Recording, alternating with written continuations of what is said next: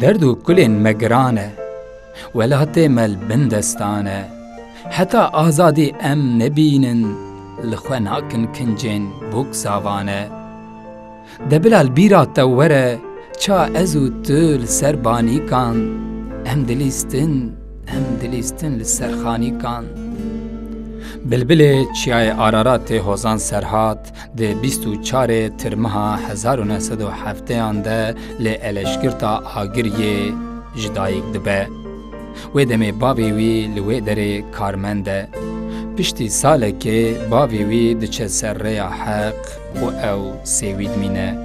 Bi malbata xwe re diçe navçeya Patnosê. Hozan Serhat hê di zarokatiya xwe de dest bi muzîkê dike.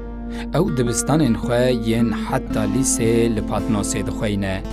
Di sala 1985-86 de ji bo çêkirina kasetekî diçe Stenbolê.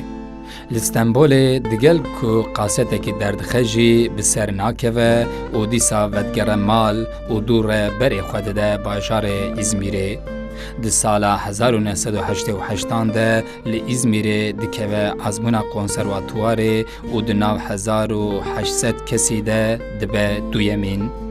Dest bi xwendinê dike, lê di vê navberê de jî aliyên xwe yên hunerî pêşvebiriye.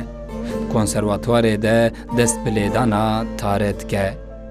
Dûre, bilûr, gîtar, tembûr û klavye jî. Hozan Serhat pişt re ji bo tevlîbûna gerîla diçe çiyê. Li wir ji bo xebatên hunerî diweşîne diçe Ewropayê. Lêbelê ew dîsa vedgere çiyayên Kurdistanê. Hozan Serhat tevî yekîneya xwe di Tirmiha sala 1999 de li Colemêrgê dikeve kemîna artêşa Tirk. Ew ji komê vedqete lê bi birîndarî dikeve destê wan.